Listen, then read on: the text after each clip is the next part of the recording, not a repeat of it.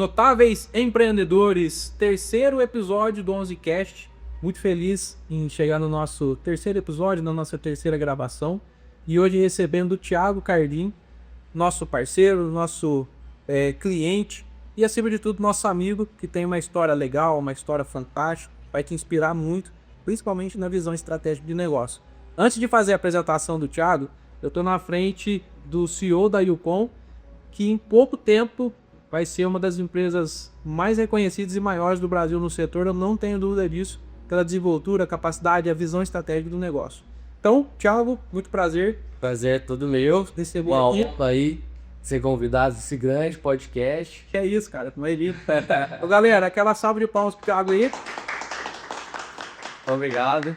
Thiago, você é CEO da Yukon Arquitetura e Engenharia, arquiteto e empresário, certo? Exatamente. Além disso, conta um pouquinho mais do Thiago pra gente aí, pro pessoal que não te conhece, te conhecer. Bom, vamos lá. Acho que a questão de ser CEO aí da Yukon resume muita coisa, que é quase que 24/7 aí, né? É dedicação total, full time. Mas o Thiago, como pessoa mesmo, é um cara que gosta muito de empreender, tem uma visão bem inovadora aí, eu gosto bastante da área de tecnologia. Eu sou arquiteto, mas muito voltado sempre à área comercial, marketing, tecnologia, então tenho muito essa visão ali dentro do meu negócio. Gosto muito de explorar essas áreas. Acabei deixando um pouco de lado a área de projeto mesmo, para me dedicar mais à parte de gestão, de negócio mesmo, de realmente fazer a empresa crescer e escalar. E tamo aí, vamos para cima. Ser a referência aí que você comentou no mercado. Não tenho dúvida disso. Eu comentei, inclusive, com você e com o Leandro. Você comentou de visão, de estratégia. Um dos pontos que eu gosto muito. Vocês fizeram um evento do qual eu palestrei o ano passado. Sim.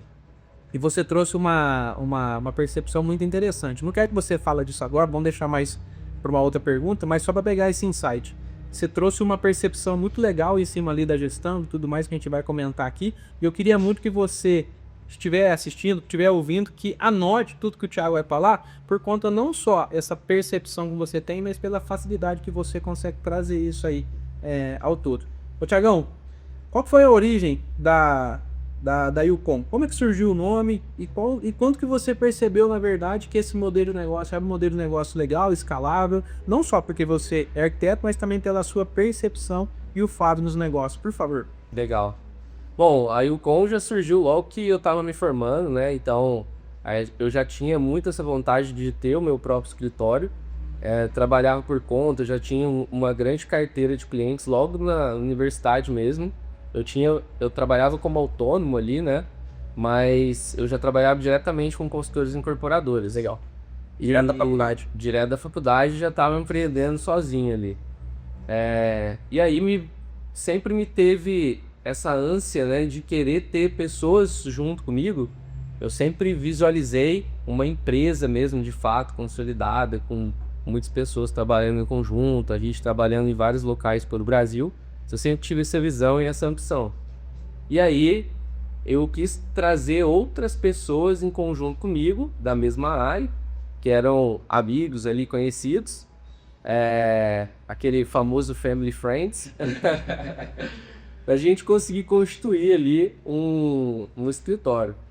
E eu vi que eu poderia agregar não só o meu conhecimento de arquitetura que eu tinha na época, mas também todo o meu conhecimento de engenharia, para a gente poder oferecer a solução completa. Então, eu sempre tive essa visão também de não querer oferecer somente uma coisa para o cliente. Eu queria resolver o problema dele ou o desejo dele quando ele viesse até mim. E eu sempre tive uma busca muito grande, sempre tive uma facilidade ali de venda. Acho que isso por conta muito da minha origem ali, dos meus pais também, sempre foram comerciantes, então eu vivi num mundo ali onde o comércio é muito ativo, né? E aí eu sempre tive muita facilidade para essa parte de venda. Então eu trouxe outras pessoas que eram mais técnicos também, para ser meu sócio, e aí a Yukon surgiu. Aí, no começo a gente foi formado ali em 4 sócios, né? Alguns desses sócios foram identificando que não era bem aquilo que eles queriam, E hoje é eu e o Leandro Branquinho, meu sócio aí, fundador. Figura, mas é um cara que eu posso confiar aí de olho fechado. A gente tá realmente numa parceria muito bacana, muito harmoniosa aí há bastante tempo já. E o nome surgiu, fui eu que inventei na época, foi de you, de você, e com de construção. Legal. Então isso deu um match muito bacana, deu uma entonação muito legal ali. Tanto é que o slogan também que eu acabei criando é You Can, You Con. Então fica meio que um trocadilho que eu acho muito interessante. E esse nome sempre foi muito perguntado pra mim, assim, onde surgiu, o porquê desse nome, que o pessoal gosta bastante e acho que combina muito com o que a gente representa ali. Ô, Thiago, e pegando a questão do nome, né, eu tenho a oportunidade de conhecer o escritório de vocês lá. Inclusive, não sei se o pessoal pode visitar, mas eu vou fazer um spoiler aqui. O escritório é muito bonito, né? Não só, não é à toa porque você é arquiteto e trabalha também com relação à engenharia, que o Leandro, seu sócio, é engenheiro. Mas o escritório ali, a estética, o layout, o clima ali, a gente sente que é um escritório muito bom, muito prazeroso de se trabalhar. Legal. Então, pegando todo esse contexto do nome, como que surgiu, fala pro pessoal também, e até para mim, que eu acho que isso eu nunca te perguntei, como que vocês pensaram na estruturação do escritório ali? Porque além dele ser um lugar bonito, decorado, nas cores, né, predominantes de vocês, que é o laranja, e também tem uns detalhes em preto. Sim. Toda essa estética, como que vocês pensaram nesse cenário? Até para trazer conforto pro pessoal que trabalha lá com vocês. Não, bacana. Eu acho que essa visão, assim, do escritório já foi desde o início ali pensado para trabalho em conjunto, né? Ali a gente tem sempre uma visão do arquiteto estar trabalhando ao lado do engenheiro. Então a gente construiu o escritório desde o começo para que o projeto, desde o início que ele é feito, ele vá seguindo uma produção ali até a finalização. Perfeito. Por isso que hoje os nossos arquitetos de engenharia eles sentam lado a lado para poder também trazer esse conhecimento, esse compartilhamento de informação ali ao longo do que o projeto está sendo desenvolvido, né? Mas a questão da identidade visual da marca, né? Eu quis trazer muito isso também nesse novo escritório que a gente está agora. Legal. Na ampliação recente que a gente fez no ano passado, né? Inclusive, acho que vai fazer um ano agora, esse mês, que a gente fez a ampliação do escritório. E aí, eu quis trazer muito a identidade da nossa marca pro visual. Tanto é que a gente colocou a maior parte do escritório é todo preto, né? Então a gente pintou as paredes de preto, teto de preto, colocou detalhes em laranja, as frases de impacto, né? Que a gente tem ali da Yukon, a gente colocou na parede também. Tudo isso para que a cultura da empresa, né, fique muito à mostra e o nosso time esteja de fato ali vestindo a camisa e cada vez mais trazendo essa missão, visão, valores que a gente tem aqui para dentro da nossa rotina. Das praias de impacto que vocês têm lá, qual que você mais gosta? A que eu mais gosto é hard work, beat style. Então, o trabalho duro vence o talento. Eu gosto muito dessa frase porque eu acho que a dedicação, né, que a gente tem ali no dia a dia acaba vencendo qualquer talento, perfeito? O que você me fala em relação a isso? Cara, eu vou fazer um comparativo falando da questão de futebol. Existem muitos comparativos nesse sentido, né? Eu queria te perguntar justamente isso, que às vezes a gente vê um jogador que não é talentoso, mas é esforçado. Ele tem ali uma vontade muito grande para, né, se destacar. Exato. Isso no empreendedorismo, nos negócios é a mesma coisa. Então, o mais esforçado vence o mais talentoso. Porque às vezes o cara é talentoso, mas ele não tem aquela vontade de fazer. Exato. E se você tem sangue no olho, o teu sangue pulsa naquilo que você quer desenvolver, cara, você vai ser destacar, você vai ser destaque. Hora ou outra você vai conseguir ter esse hype, né? E eu super concordo com essa frase, concordo mesmo, eu falo muito disso, né? Inclusive, às vezes, no próprio Instagram, nas redes sociais. Se você tiver foco, persistência, se o seu concorrente, ou falar de concorrente, ele for talentoso, mas ele não tiver a mesma vontade de você, você vai acabar superando por conta do seu discurso, do seu foco, né? Exatamente. Internamente, Thiago, com relação à parte da cultura que você comentou muito, que isso faz muito sentido, né? Essa parte cultural, e vocês trabalham muito disso. Qual que é o ponto principal na cultura de vocês, tirando essa questão da frase que é arduda, mas que você, por exemplo, para contratar uma pessoa, para você trazer alguém do seu time, qual o ponto principal que você olha para tentar identificar que, pô, essa pessoa aqui tem a cultura da Yukon? Legal. Bom, a gente tem alguns mantras não, alguns valores que a gente sempre analisa ali, principalmente no processo de contratação. E um desses valores que a gente tem lá hoje, né, é postura de dono, sede de crescimento, atitude também. Então, acho que esses 3 pontos são os principais ali que a gente avalia, né? Perfeito. Como que você vai avaliar uma pessoa que está entrando dentro da empresa se ela teve postura de dono ou não?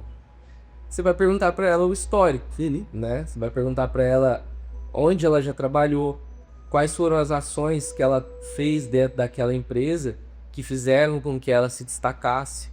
Então, quando você analisa essa postura de dono, se a pessoa ela fala que ela se preocupou em construir um processo dentro da empresa, ou ela fez algo que fez com que a empresa crescesse mais ou se organizasse mais, isso é total postura de dono. Perfeito. Então, quando a gente faz aí um processo de contratação, a gente analisa muito esse detalhe.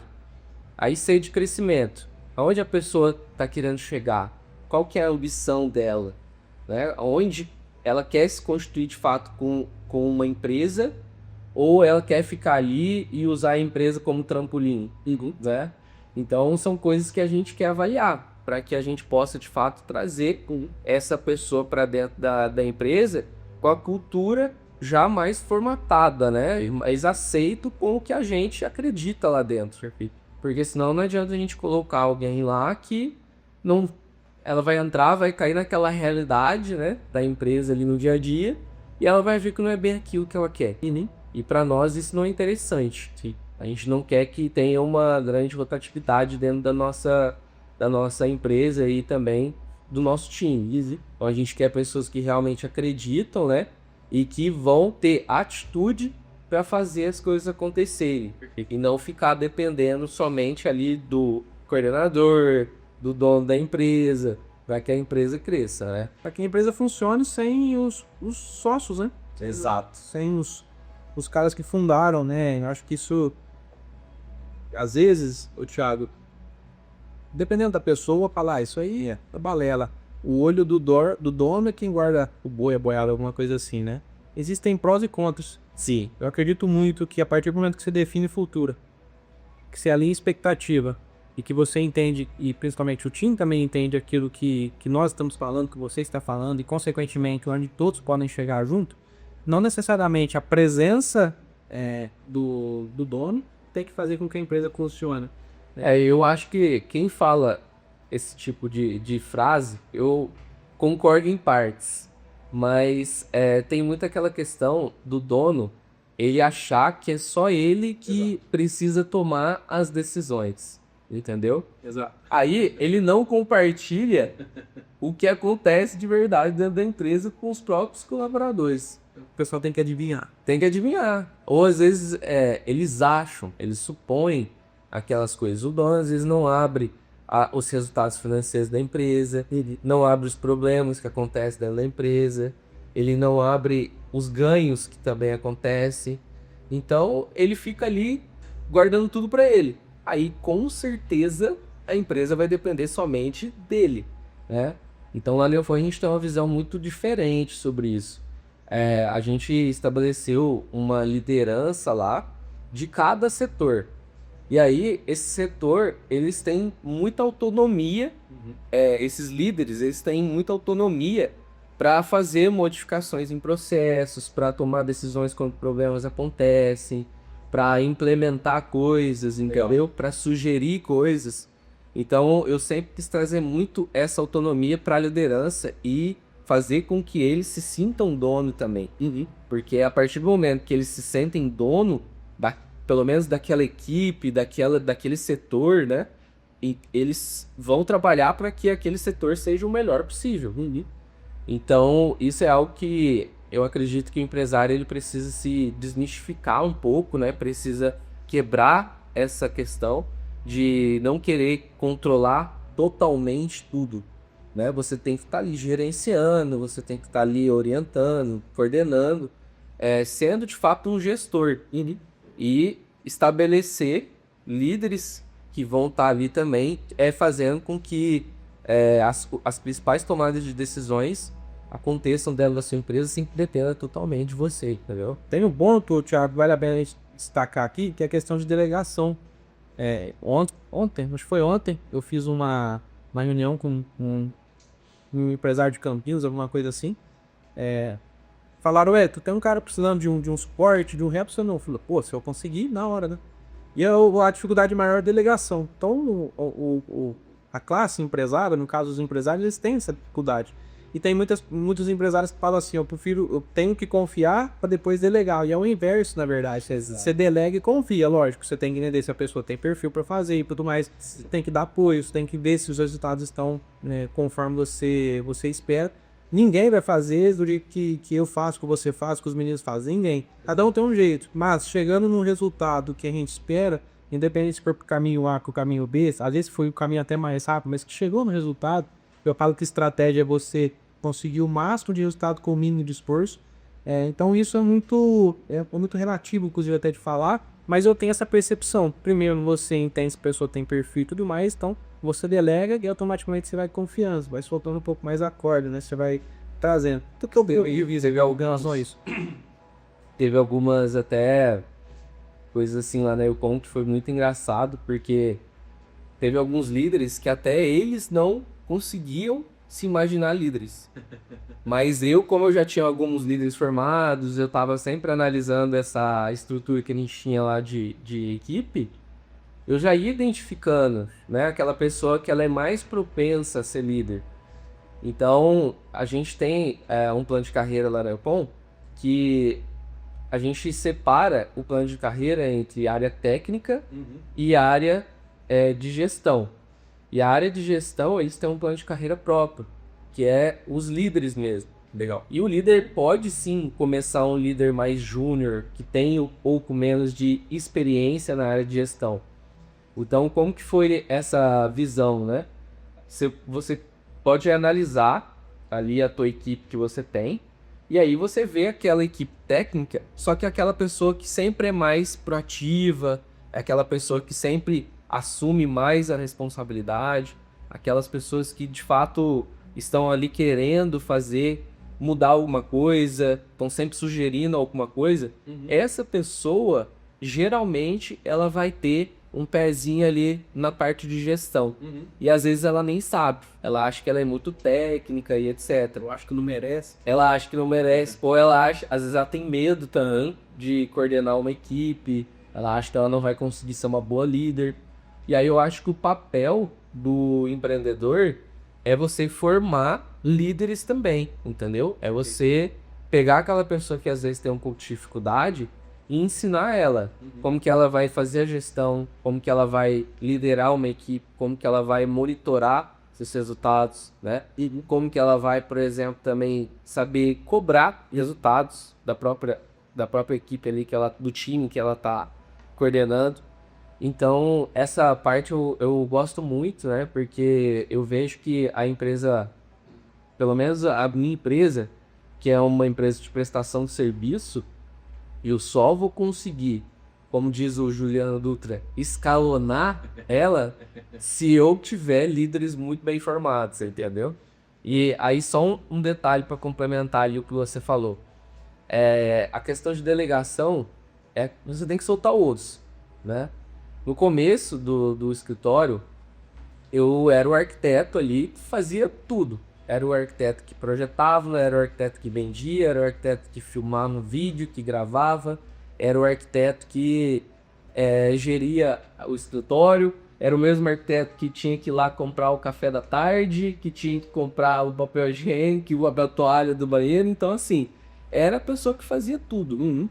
Então, a partir do momento que você percebe que você faz tudo e ao mesmo tempo não faz nada, tá errado. Sim, você precisa delegar, entendeu? E eu entendi que eu nunca tive muita dificuldade de soltar o osso, sabe? E as pessoas hoje elas ficam com esse receio, que às vezes eu acredito que é um pouco de perfeccionismo. Sim. ela acha que é só ela que vai saber fazer daquele jeito, ela acha que a outra pessoa não vai ter capacidade de entregar do mesmo jeito que você, sim. E isso não é a realidade, entendeu? Muita ilusão. É muita ilusão. Então, a partir do momento que você confia no primeiro momento ali, realmente a pessoa não vai conseguir te entregar exatamente do jeito que você faz. Por isso que você tem que criar um processo antes, né, de delegar. Então você cria um processo, não precisa ser um processo robusto e tal, mas um processo simples, para pelo menos sair próximo do que você gostaria. Então, a partir do momento que você criou esse processo, aí você vai lá, delega aquela pessoa para aquela função e deixa ela bater cabeça, entendeu? No primeiro momento vai sair errado, vai ter alguns detalhes para corrigir. E aí você vai lá pontuando. Ó, não faz assim, faz desse jeito, corrige isso, vamos melhorar isso aqui. Aí vai ajustando o processo, vai lapidando. E aí, consequentemente, você consegue delegar aquela função. E aí eu acho muito legal isso, porque lá na Eukon antes a gente não tinha setores. Hoje a gente tem 6 setores dentro da empresa muito bem formados. E esses setores com líderes hoje. Então, foi só conseguindo ser feito isso nessa mesma forma, né? Que eu acabei de falar. Você vai lá, você tem a necessidade de tirar aquela atividade das tuas costas. Né? E aí, você faz um pequeno processo para aquilo, coloca um responsável ali e vai trabalhando ele até que aquele setor esteja rodando, né? Então, hoje a gente tem setor de arquitetura, setor de aprovação, setor de engenharia, setor comercial, setor financeiro, setor de RH. A gente está estruturando um setor que a gente vai estar chamando também de growth, que é um setor voltado totalmente a crescimento. Aí teve uma mudança de setor que a gente fez agora, que foi muito legal também, que deu super certo e que foi um ganho muito bacana que a gente teve, que foi tirar o setor comercial e marketing e não trabalhar eles como setores separados e trabalhar uma coisa única. Perfeito. Então a gente unificou e fez um setor que agora chama Revenue, que é um setor de receita, né? Então, revenue é receita, né? É o termo e ali em inglês, porque o comercial e marketing, eles trabalham juntos para gerar receita para dentro da empresa. Então, a gente foi lapidando esses setores e essas delegações aí que a gente fez ali dentro da empresa. Legal.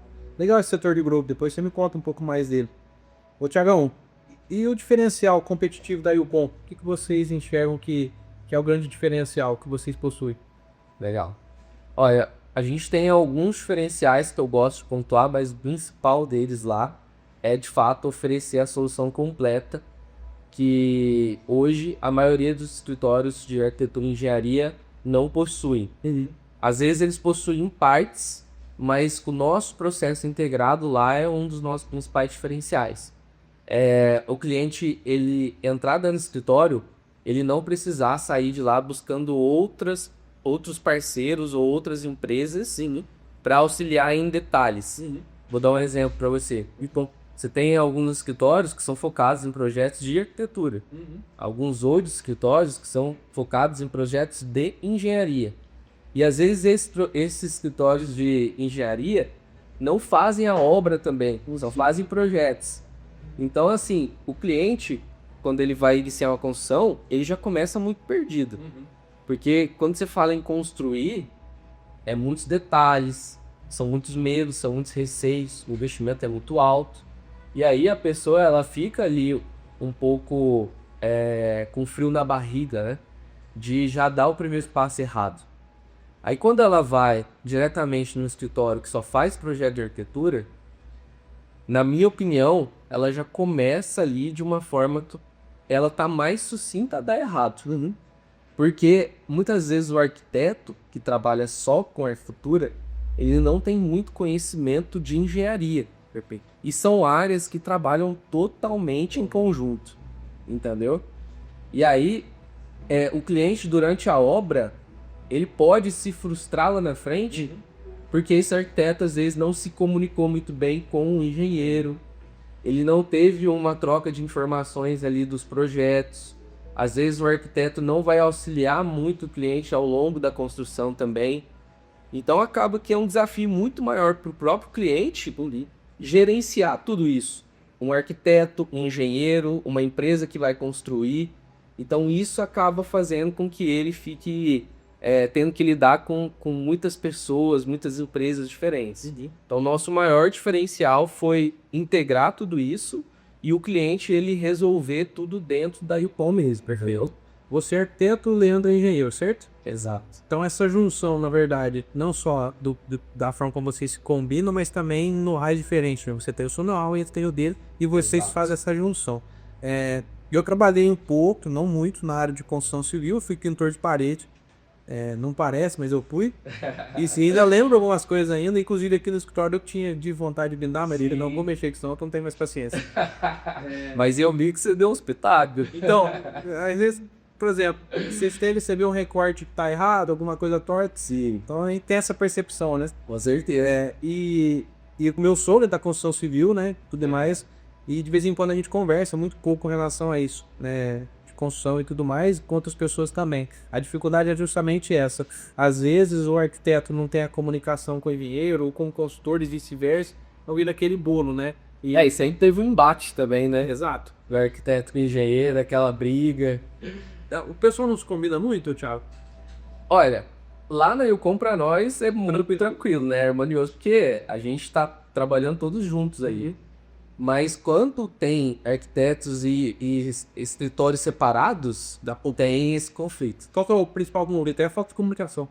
Falta de comunicação e responsabilidades, né? Legal. Porque aí, às vezes, o arquiteto ele quer pontuar uma coisa ali que não é responsabilidade dele. Certo. E aí um fica jogando pro outro, entendeu? Principalmente quando os problemas acontecem. Então isso é uma coisa muito bacana lá da Yukon, porque quando obra não adianta, vai ter problema. Mas o que garante que você tenha uma obra mais tranquila? Diminuir a quantidade de problemas que podem acontecer. Você mitigar esses erros antes deles acontecerem, que é o que a gente faz muito lá dentro da Yukon. A gente realmente integra todos os profissionais e projetos para que a gente consiga evitar problemas no futuro durante a execução da obra. Perfeito. E aí, quando esses problemas acontecem na construção, quando o cliente ele tá lá sozinho, né? Aí ele vai buscar a equipe dele que desenvolveu o projeto, o arquiteto vai falar, ah não, mas isso aqui não é um problema meu, isso aqui é um problema do engenheiro. Aí quando chega lá do engenheiro, ah não, mas é o arquiteto que errou lá, entendeu? Então é ele que tem que resolver. Aí o cliente fica assim, pô, e agora? O que eu faço? Né? Então eu estou tendo solução. Tô pagando, não tem a solução. Aí às vezes o arquiteto vai querer cobrar mais para corrigir um problema, ou o próprio engenheiro. E aí isso acaba se tornando um processo muito frustrante ali. O padrão em si, na questão de integração de vocês, que esse é o grande diferencial, competitivo inclusive, que eu também entendo com relação a isso, e principalmente a integração que vocês possuem, né? Então, lógico, a gente não acompanha os projetos em si de vocês, a gente acompanha nas redes e tudo mais, e só a gente tem a oportunidade de conversar nesse ponto. Então, olhando nesse cenário, né, vocês também têm parceiros em pintura, em instalação elétrica, que também são ótimos profissionais, e vocês também conseguem, no bom sentido da palavra, mapear o trabalho e a qualidade do serviço, né? Isso faz outro também que eu considero, Thiago, não só olhando para arquitetura e engenharia, que também, lógico, é o coração da construção civil, mas também a parte de acabamento, parte de instalação elétrica, isso também é um grande diferencial, né? Exatamente. O bacana é que a gente trabalha na parte de gestão da obra, né? Então, a partir do momento que o projeto foi finalizado, que está definido como vai ser, a gente parte para a execução realmente ali de fato. E aí nessa parte, a gente precisa ter os melhores profissionais ao nosso lado para poder entregar aquele trabalho que foi projetado, né? Da melhor forma possível, executado na maior qualidade possível. E aí entra o papel da Yukon na gestão dessa obra, onde a gente vai unindo as melhores empreiteiras, os melhores encanadores, pintores, eletricistas, pedreiros e também empresas, às vezes, que a gente tem trabalhado também com muitos métodos mais alternativos de construção, métodos mais inovadores. Então, por exemplo, a gente tem trabalhado muito com steel frame, com a metálica. Então a gente une essas empresas que fazem construções mais rápidas, construções mais tecnológicas também. Então, a gente trabalha toda essa equipe, gerencia ela e fiscaliza a qualidade da obra, faz as medições para fazer pagamentos, vai estar ali averiguando toda a parte técnica da execução. Então é um trabalho que o cliente ele consegue confiar totalmente, deitar a cabeça ali no travesseiro à noite, sabendo que o dinheiro dele que ele está investindo na construção está sendo bem utilizado e que ele vai ter o que ele está desejando no final ali na melhor qualidade possível, entendeu? Perfeito. Ô, Thiago, a gente já falou um pouco de gestão, né, do início. Obrigado. Nós comentamos um pouco de gestão no início, no começo da nossa conversa. E tem mais uma pergunta aqui sobre gestão, mas eu vou deixar essa aqui por último. Eu acho que a gente vai complementar melhor do que eu quero te perguntar. Foca agora nesse bloco de perguntas, falando do crescimento de vocês. Como que vocês, nesse tempo, cresceram, se estruturaram, estão se estruturando, o que vocês querem também, tem na verdade como meta, curto, médio ou meta até de longo prazo. Por que eu quero te perguntar isso, Thiago?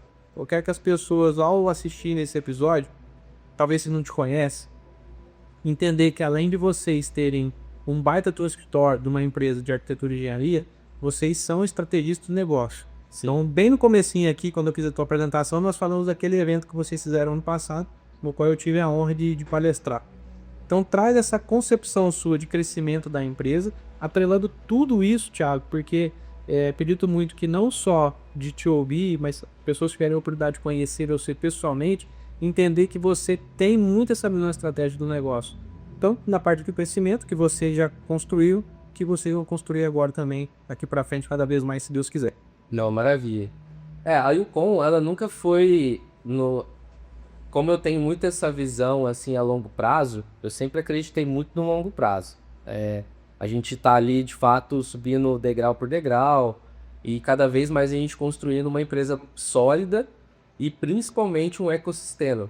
É algo que eu acredito muito dentro da Yukon e a gente sempre está olhando para novas áreas, né? Como que a gente pode estar auxiliando nosso cliente em outras áreas além apenas do desenvolvimento do projeto.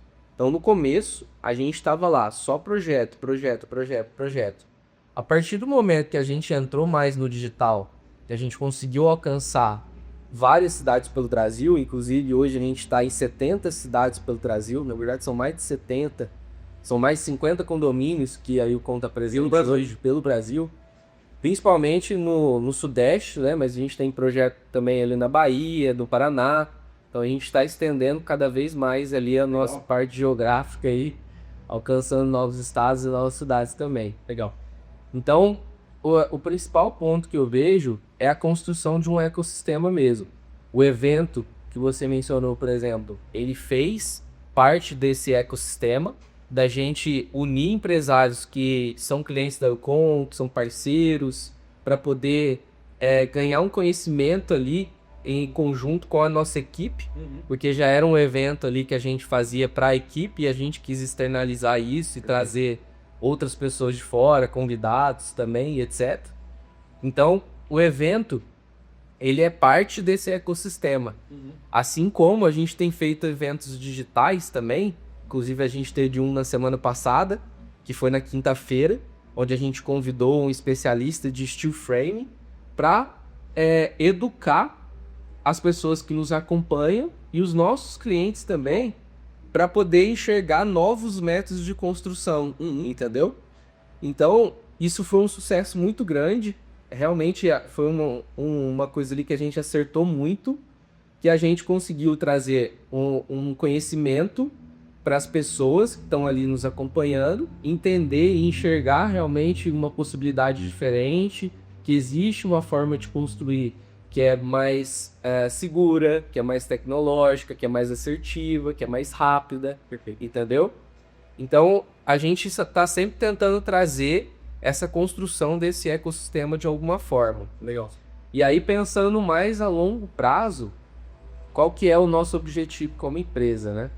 A gente visa muito trazer parceiros arquitetos e engenheiros mesmo, para poder construir uma franquia da Yukon.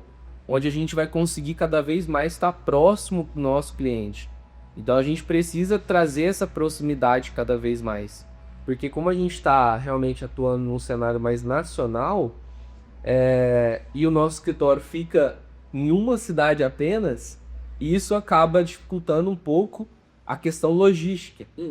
Então, no longo prazo, a gente está de fato querendo trazer escritórios em vários locais que a gente já está organizando, mas que, dando já um spoiler para você, a gente vai trazer um escritório ali em Campinas, muito provavelmente ainda esse ano ou no próximo ano. Legal. E a gente também já está visando um escritório lá em Belo Horizonte, Perfeito. que é onde que está a maior parte dos nossos clientes. Legal, cara. Que é a região ali metropolitana de BH e região metropolitana de São Paulo. E aí, futuramente, a gente visa, de fato, trazer essa escala do escritório, trazendo outros escritórios parceiros que veem que podem agregar com a marca que já está consolidada, com uma marca que já tem realmente um processo de vendas, um processo já de desenvolvimento de projetos muito bem organizado, né? E aí a gente conseguir trazer esses escritórios, construir a nossa marca junto com eles e crescer juntos, né? Como uma franquia mesmo. Isso é muito importante. Vocês haviam comentado que vocês tinham esse interesse e eu acho muito válido, principalmente focando em construção de ecossistema. Sim. A gente tem essa concepção também. Eu acredito que ecossistema, além de você criar negócios que se completam, você ter parceiros estratégicos nesse ponto. Porque, por exemplo, o que acontece dentro de um ecossistema? Às vezes as pessoas topam nem muito com relação a isso. E quem me ensinou muito disso foi o Otávio Ribeiro aqui do Grupo Ribeiro. Legal. Desde quando eu mudei para Poços, aí comecei a entender como é que seria realmente de fato um ecossistema, como que funciona na prática, né? E olhar para isso, Thiago, ele traz uma percepção bem diferente para a gente. Lógico, não é fácil. Às vezes você tem alguns modelos de negócio ali que vai te exigir um pouco mais de capacidade analítica, intelectual para você conseguir executar isso. Mas se você ter os parceiros estratégicos, você vai conseguir executar. E é um ganha-ganha. Eu costumo dizer aqui dentro da Alzi7 que eu quero dividir as fatias do bolo. Eu não quero ficar com o bolo inteiro para mim. Então, nesse ponto, você identifica pessoas que têm perfil, que têm potencial, que querem crescer, que querem ganhar dinheiro, porque ganhar dinheiro é bom. E parceiros da mesma forma. Então, o ecossistema ele é criado nesse sentido. Não só entre parceiros, no caso, empresas parceiras, mas como sócios também. Então, esse ponto, eu enxergo muito em vocês isso.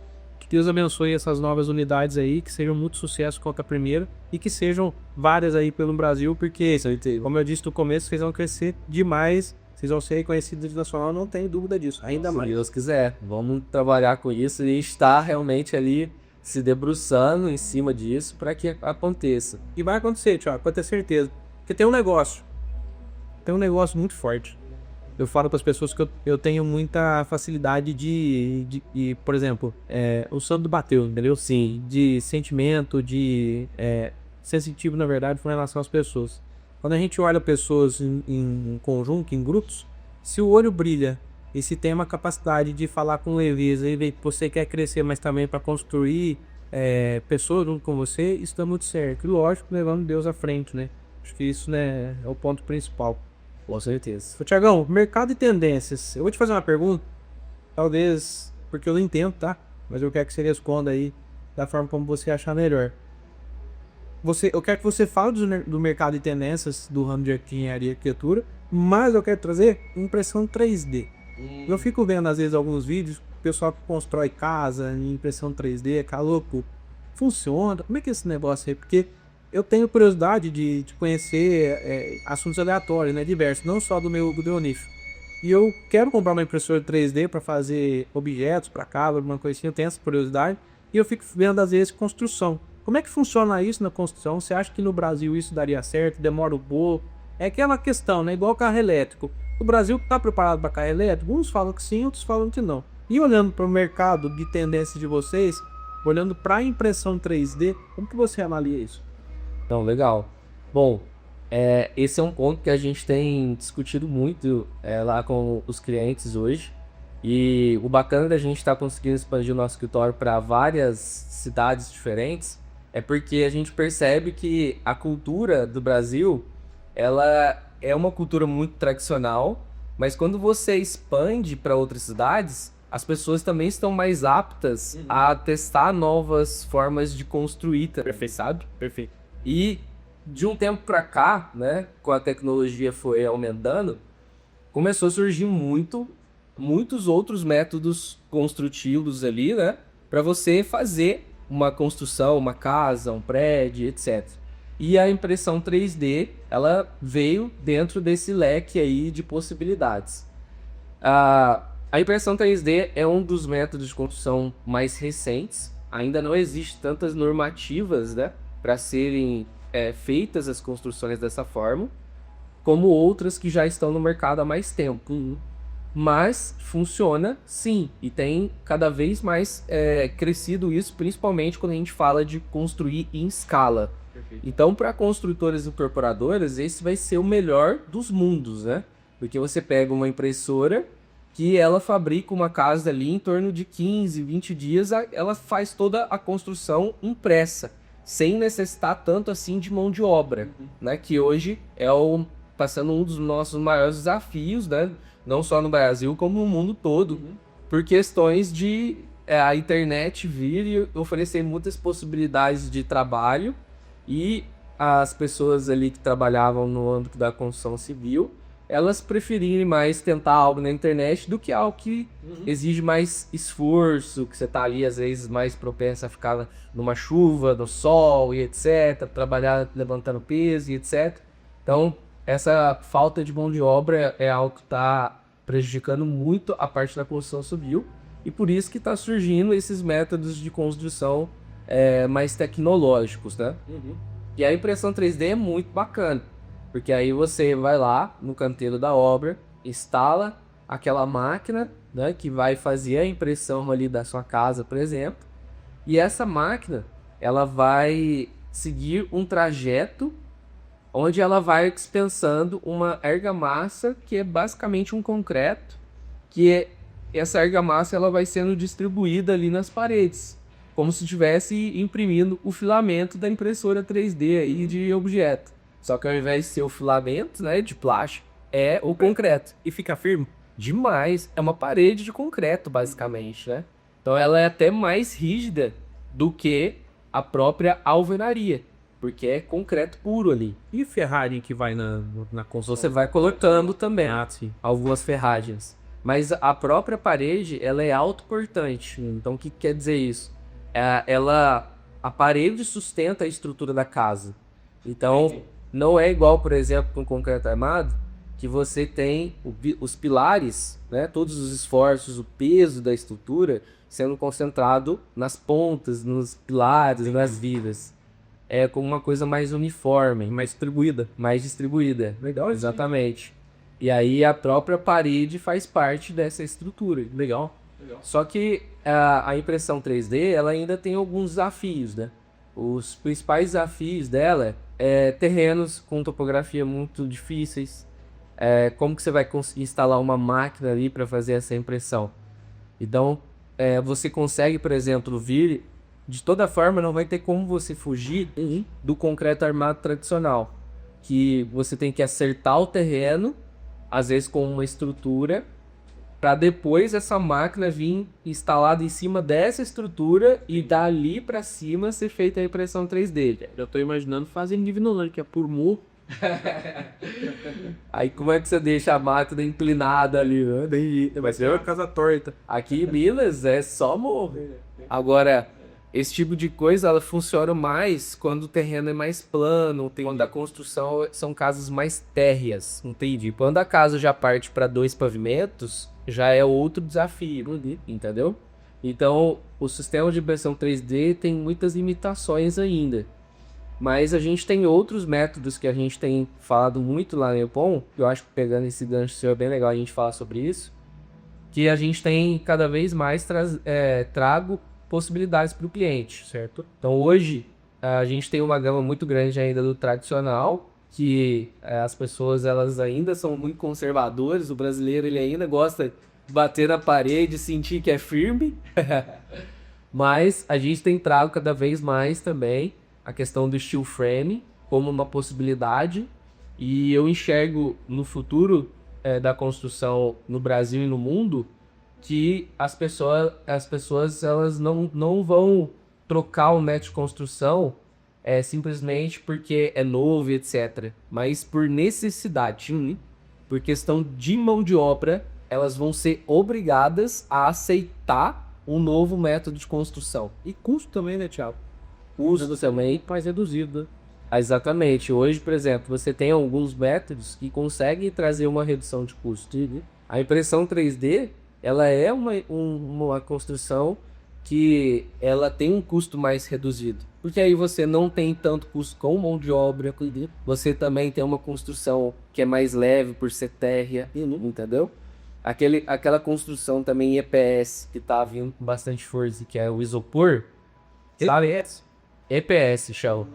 É o termo ali do isopor, que ele é estrutural. É uma construção também mais econômica. Ela é uma tendência? É uma tendência que está vindo com muita força, inclusive. Só que as pessoas acham que qualquer tipo de construção pode ser feito para aquilo. Não é. E não é. Casa BGMI pode ser aceitável. Casas térreas, principalmente. Sobrados dá para fazer também, só que existem limitações. Tá. Então, se a pessoa ela tá pensando em fazer uma casa mais econômica ou de médio padrão, ok, muito tranquilo fazer. Agora, quando a gente fala de uma casa de alto padrão, que exige balanços maiores, design diferenciado e etc., esse método de construção já não se encaixa. É outra conversa. Aí é outra conversa, entendeu? Entendi.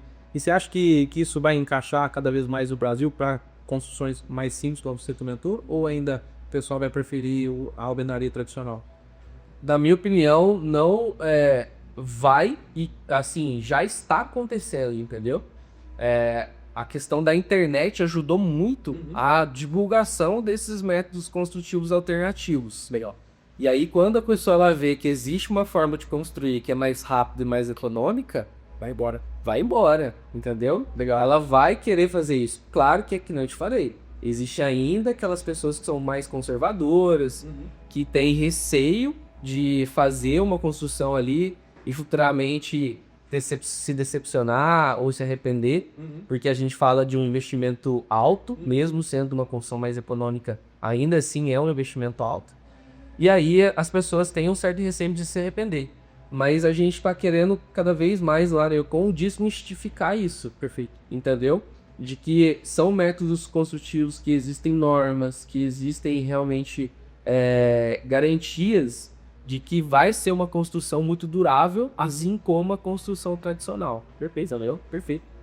Tiagão, vamos falar agora mais um pouco, a gente entrar no bloco final, de assuntos sobre gestão, que a gente vai comentar mais um pouquinho aqui. Legal. Que eu quero absorver um pouco mais do seu conhecimento com relação a isso.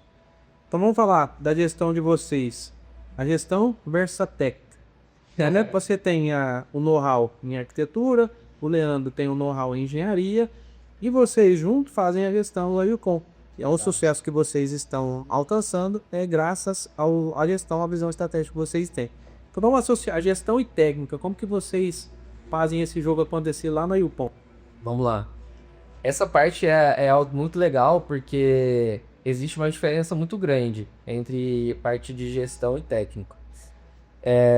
Quando a gente enxerga que de fato aquela pessoa ela é mais técnica, a gente precisa cada vez mais elevar ela naquela parte técnica.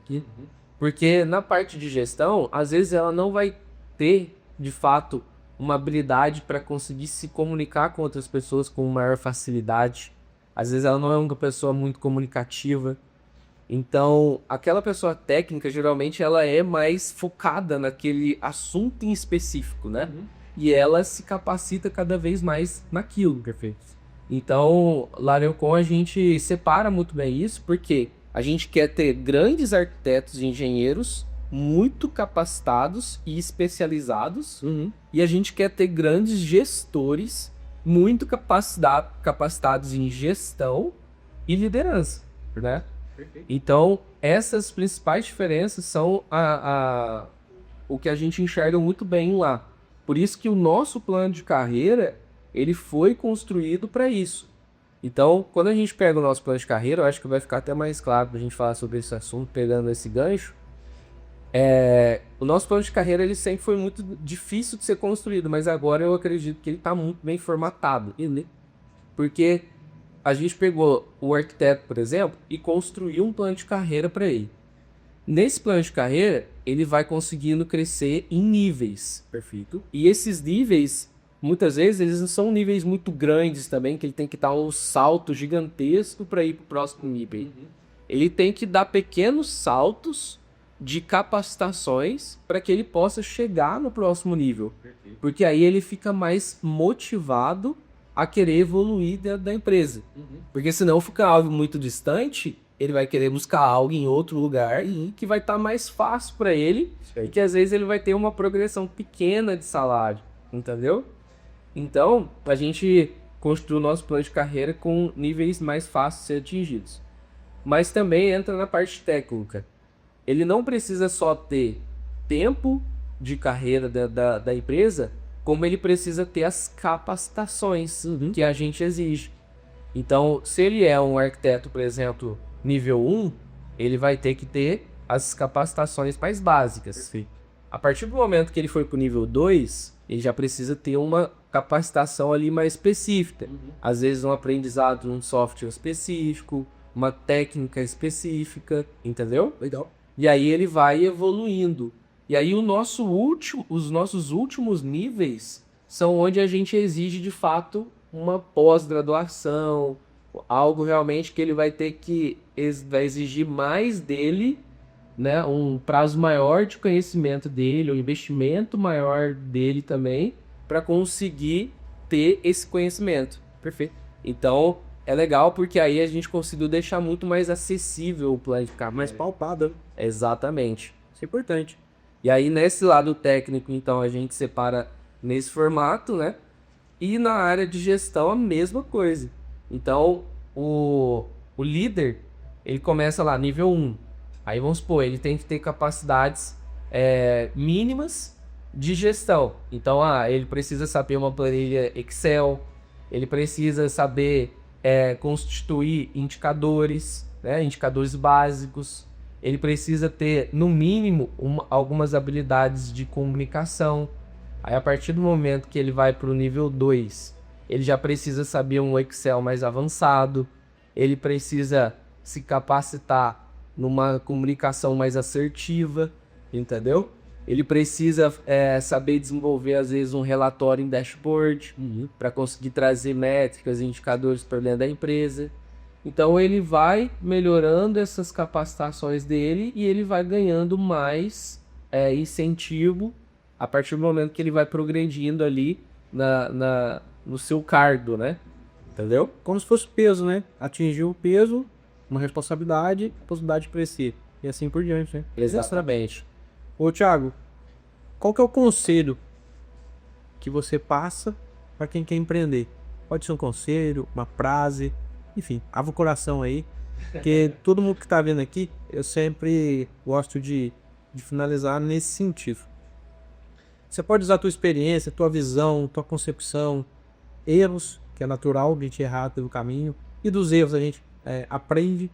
Lógico, não é bom errar, às vezes mas na nossa culturalmente falando não é interessante. Muitas vezes as pessoas olham para o erro só como um problema e não olham como uma alavanca para poder crescer. Exato. Eu já errei muito. Vim quando eu era muito novo, querendo ter talvez uma cabeça diferente que eu não tinha, né, por falta de conhecimento, isso é óbvio. Mas na tua experiência, agora como empresário meu, tirando a questão, você é empresário, um arquiteto, mas vamos falar só no lado de business mesmo, de negócio. Qual que é a sua dica para quem talvez tenha a sua área, o seu estudo, até com um pouco de conhecimento e deseja empreender na área ou em qualquer outra área? Você falaria para essa pessoa que vai assistir, que está ouvindo a gente aí? Legal. Bom, eu vejo que o maior crescimento que a gente teve na Yupon foi pela questão de eu não ter medo de fazer testes, sabe? Eu sempre gosto de chamar uma coisa que a gente faz na Neocon, que é P&D, que é Pesquisa e Desenvolvimento. Então, quando você tem essas empresas aí, essas grandes empresas, eles têm um grande capital para poder injetar em algo que eles vão testar, validar e pode dar certo ou não, mas por um teste, entendeu? Então o principal conselho que eu acho que eu posso passar aqui para os empresários que vão assistir aí o nosso grande podcast é essa questão. Não tenha medo de testar e não tenha medo, igual você falou, de errar, exatamente. E também não tenha medo de investir em algo que às vezes pode não dar certo. Porque eu fiz muito isso lá na Encom, já testei diversas coisas, investi um recurso muito alto em coisas que às vezes não deram tão certo. Mas quando a gente acertou, aquilo fez realmente com que a gente progredisse muito. E que a gente desse uma alavancada muito grande. Então, foi realmente acreditar que essa pesquisa de desenvolvimento poderia trazer um retorno e você fazer com que você seja persistente naquilo até que aconteça de verdade, entendeu? Agora, se der errado, bola pra frente, deixa isso pra trás e vamos buscar outra alternativa, entendeu?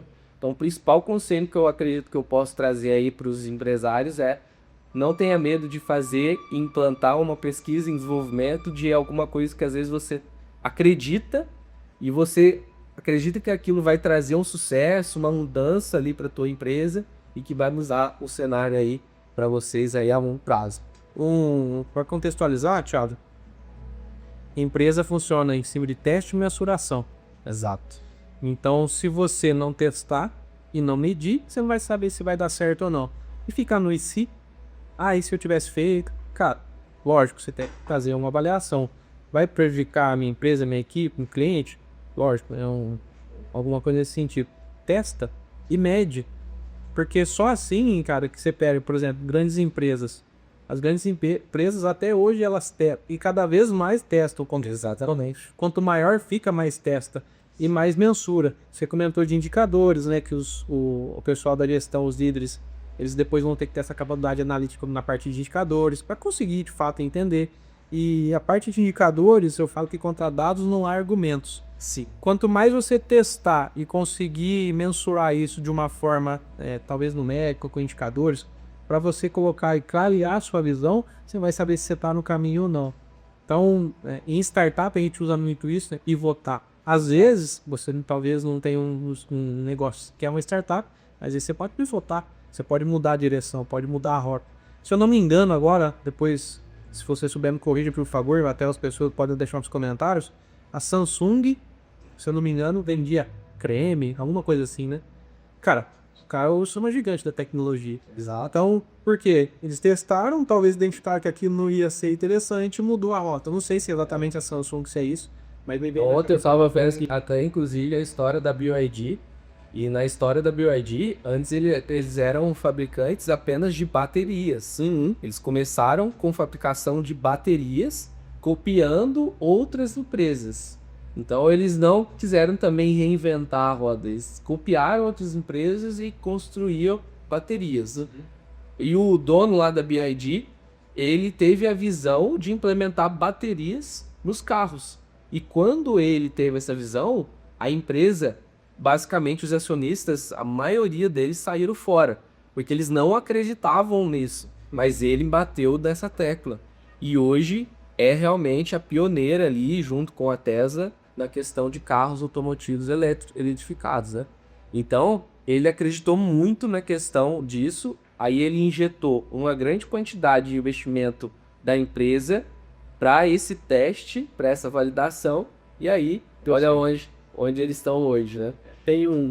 Eu acredito muito nisso, nessa reinvenção da empresa a partir desses testes que você vai fazendo, entendeu? Quando aquele teste ele dá certo, você pode reinventar sua empresa totalmente. Depois do modelo de negócio validado, é mais fácil, né? E o Flávio Augusto, quando ele foi começar o WhatsApp, eu já comentei disso, acho que no segundo episódio aqui do Oscast, quando ele foi lançar o WhatsApp, ele tinha um sócio. E o sócio tinha um Voyage. Em 94, sei lá, acho que isso eles lançaram em 96, não me recordo agora, mas alguma coisa assim. E ele pegou, né, cheque especial, tabela luz, e o sócio não quis vender o carro pra lançar. Cara, beleza, o cara teve a decisão dele e tá tudo certo. Só que o Flávio foi, testou e, cara, explodiu o negócio. Bilionário aí que é um dos maiores, ou se não o maior empresário brasileiro como referência. Não, deixa eu te contar então também. Quando a gente foi de fato querer escalar a Yukon por meio do digital e não ficar refém somente de indicação, a gente pegou um Pronamp, olha só, na época, R$ 30.000. Com carência de 11? Com carência ainda de 12 meses, eu acredito. E, cara, era o recurso que a gente tinha para poder fazer essa pesquisa e desenvolvimento. Então, assim, a gente já estava investindo o que a gente podia ali, dentro do que a gente tinha de receita. Muitas vezes não é nem o que a gente podia, né? É o que a gente tinha para fazer. E aí a gente pegou ali esse crédito, né, do Pronamp para poder fazer essa validação. E isso fez com que a nossa empresa crescesse, sim, 3, 4, 5 vezes mais, né, do que a gente era naquela época. A gente saiu de um faturamento de R$ 300 mil para um faturamento hoje que a gente encerrou no ano passado, né, o valor total de vendas foi 2.300.000. Então, por conta dessa jogada, nesse teste que foi feito, né? Então, a gente pegou e validou isso, realizou esse teste e deu super certo e mudou o cenário totalmente da empresa. Então, essa questão de você acreditar, mesmo sem recurso, com o que você pode mesmo ali, eu acredito que você tem que ir fazendo pequenos testes, entendeu? Sim. Eu acho que é o seguinte, Thiago, pra gente poder concluir, pegando esse gancho, essa aula que você passou pra gente aqui, e vocês vão assistir, vocês vão anotar. E a gente tá falando de teste, não é pra você sair fazendo teste feito doido, maluco. Não é isso. Você tem que entender o seu negócio, entender uma forma para você conseguir aplicar esse teste, fazer uma análise e também ter um pouco de planejamento para fazer a execução. Não é a torta direita. E aí a 11.7 entra nessa parte de orientação, né? Não ia falar não, apesar que você tá falando. Às vezes colocar o pezinho no freio ali do empresário também é importante. Tem muito empresário na ansiedade que é Exato. a loucura de fazer, né? E às vezes não, em muitos casos você tem que ganhar tempo. Negócio é você ganhar tempo. Então, tomar decisão na hora talvez não é a melhor opção. É ganhar tempo, respirar, de conselho, alinhar. Eu falo muito isso, Thiago, muito, cara. Se você tem condições dentro da sua empresa de pagar uma pessoa, pelo menos para te dar pitaco, para falar alguma coisa, ter uma visão, uma percepção de fora, cara, faça. Porque isso é muito, muito importante. Se é uma pessoa que participa de muitos eventos, questões de negócio, eu gosto também de participar. E quando você sai da sua bolha, vou dizer assim, sai do seu mundo, sai da sua operação, aprende coisa nova e volta e aplica, cara, isso muda, assim, drasticamente, no bom sentido da palavra, né, mutável para o bem, a sua consecução do seu próprio negócio e a forma como você vai conduzir isso. Exato. Então, dicas também para você que tem negócio ou desejo, você precisa sair da sua operação para aprender coisas novas fora do seu negócio, para você conseguir ver a sua empresa de uma forma diferente, porque é só assim que você vai crescer. E lógico, testando e mensurando, certo, Thiago? Exatamente. Cara, eu quero te agradecer por esse bate-papo que nós tivemos aqui, um conteúdo muito rico, tenho certeza que as pessoas vão adorar. E, cara, conheça o Thiago, acompanhe o Thiago nas redes, onde o pessoal te encontra no Instagram e a Yukon, fala pra galera aí. O Instagram da Yukon, @yukon.projetos, e o meu Instagram, para quem quiser me acompanhar também, @arc.thiagocardim. Thiago com TH. TH. Thiagão, te agradeço muito. Quero que Deus te abençoe cada vez mais, você, o Leandro, toda a equipe. Eu que agradeço aí pelo convite. É isso. Que vocês cresçam cada vez mais, que vocês possam fazer diferença na vida das pessoas que querem construir, e as pessoas que estão no círculo de amizade de vocês. Obrigado você aí pelo bate-papo, pela troca de conhecimento. E bora falar mais aí sobre empreendedorismo, sobre gestão, sobre negócio. Eu gosto demais desse assunto e tô disposto aí a trazer todo o meu conhecimento lá do dia a dia pra galera aí também. Eu pensei ontem à noite, não vou falar aqui agora, mas eu pensei ontem à noite do 11º episódio do nosso cast ser um episódio um pouquinho diferente. Depois eu vou compartilhar com vocês que já vieram, com o Sérgio, o Eduardo e você, com os demais, a gente conseguir fazer um negócio diferente aqui. Opa, conta comigo.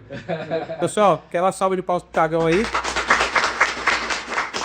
Ele tá aqui, tava junto, comprar mais. Ah, e pega esse insight. Que show! Aí sim, hein? Esse menino aí